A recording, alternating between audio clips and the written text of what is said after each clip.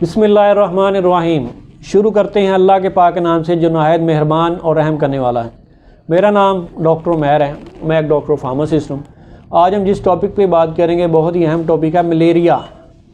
Malaria क्या है, क्यों होता है, इसकी क्या वजह है, इसमें एहतियात क्या करनी चाहिए, इसका इलाज क्या है, आज आप इसके ऊपर डिटेल से बात करेंगे। अगर आपने अभी तक मेरा चैनल सब्सक्राइब नहीं किया तो सबसे पहले आप चैनल सब्सक्राइब करें कि आपको आने वाली इन्फॉर्मेटिव वीडियो टाइम से मिल सके। ये जो मलेरिया है, ये जो ऐसा रीजन है जैसे ट्रॉपिकल सब ट्रॉपिकल रीजन्स हैं जहाँ पे समुंदर है और बारिशें ज़्यादा होती हैं, जैसे पाकिस्तान है, इंडिया है, बांग्लादेश है, श्रीलंका है। इनमें जो बारिशें ज़्यादा होती हैं और मलेरिया होने के चांसेस भी बहुत ज़्यादा बढ़ जाते हैं। जैसे आपने देखा होगा पाकिस्तान में पहले सैलाब आया था और पानी काफ़ी मिकदार में जो जमा होना शुरू हो गया था, तो इस वजह से मलेरिया की जो शरह है बहुत ज़्यादा बढ़ गई थी, क्योंकि इसका जो मेन वेक्टर है जिसकी वजह से ये होता है वो है मच्छर, और वो है फीमेल मॉस्किटो। वो क्या करती है, जब हमारे जिस्म पे आके अपनी बाइट करती है तो उसके ज़रिए वो प्लाज्मोडियम पैरासिट हमारी जिस्म में एंटर करती है और वो हमारे खून में से शामिल होकर हमारे जिगर में जाके अपनी नशोनुमा शुरू कर देता है। उसका जो साइकिल होता है वो अपना साइकिल पूरा करने के बाद हमारे जो रेड ब्लड सेल्स होते हैं उसको रैप्चर करना शुरू कर देती है, उसको तोड़ना शुरू कर देती है। जब वो एक नॉर्मल मिकदार से बढ़ के हमारे जो रैप्चर होना रेड ब्लड सेल्स शुरू हो जाते हैं तो तब इसकी हमें अलामात होना शुरू हो जाती है।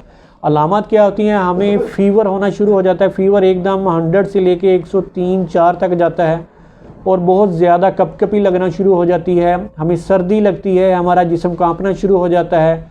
और ये अगर हमें सुबह को ऐसा फील हुआ है तो शाम तक ये थोड़ा सा टेम्परेचर कम हो जाता है, हम कहते हैं जी ठीक हो गया। अगले दिन फिर अगर ये शाम को है तो सुबह को ठीक हो जाएगा और अगले दिन फिर ये कंटिन्यूसली अप एंड डाउन होता है। इसकी जो मेन सिम्टम्स यही हैं कि हमारे जो सर्दी लगना और कांपना और फीवर एकदम तेज़ होना। अगर खुदा न खास्ता आपको ये डायग्नोज हो करने के लिए अगर ये सिम्टम्स आती हैं तो आप इसका प्रॉपर टेस्ट करवाएं कि मलेरिया आपको पॉजिटिव है या नहीं है। अगर आपको मलेरिया पॉजिटिव है तो इसकी डोज एडजस्टमेंट जो है वो करनी चाहिए। इसमें टैबलेट का इस्तेमाल होता है। पहले हमारी जो टैबलेट इस्तेमाल होती थी वो क्लोरोक्विन रेसोचिन टैबलेट इस्तेमाल होती थी, लेकिन अब उसकी रेजिस्टेंस हो चुकी है, क्योंकि जैसे जैसे हमारी मेडिसिन में जो है तरक्की आ रही है वैसे वैसे हमारे जो रीजन के हिसाब से उसमें रेजिस्टेंस प्रॉपर मेडिसिन के ना इस्तेमाल करने से उसकी रेजिस्टेंस बढ़ती जा रही है। इसलिए अब वो क्लोरोक्विन जो रेसोचिन वगैरह अपना असर शो नहीं करती।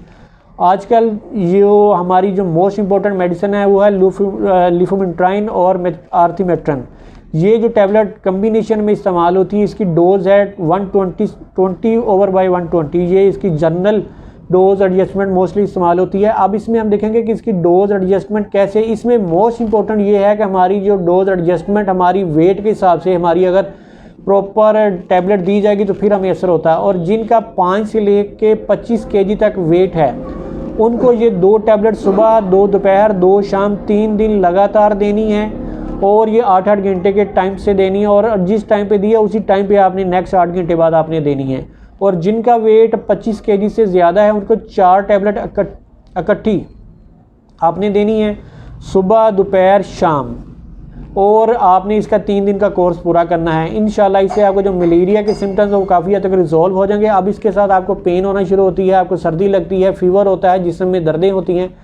उसके मुताबिक आपका जो प्रॉपर आप अपने किसी अथेंटिक डॉक्टर को चेक करवाएं और कितना फ़ीवर है उसके मुताबिक आपको ये डायग्नोज करके इसके साथ क्या एडिशन करना है। इसके साथ हमें कोई PPI हमें ऐड करना है, हमें ORS ऐड करना है, हमें साथ कौन सी डाइट लेनी है। हमें इसमें बिल्कुल नरम ग़िज़ा पे चले जाना चाहिए। हमने रोटी का इस्तेमाल नहीं करना, लिक्विड का ज़्यादा इस्तेमाल करना है।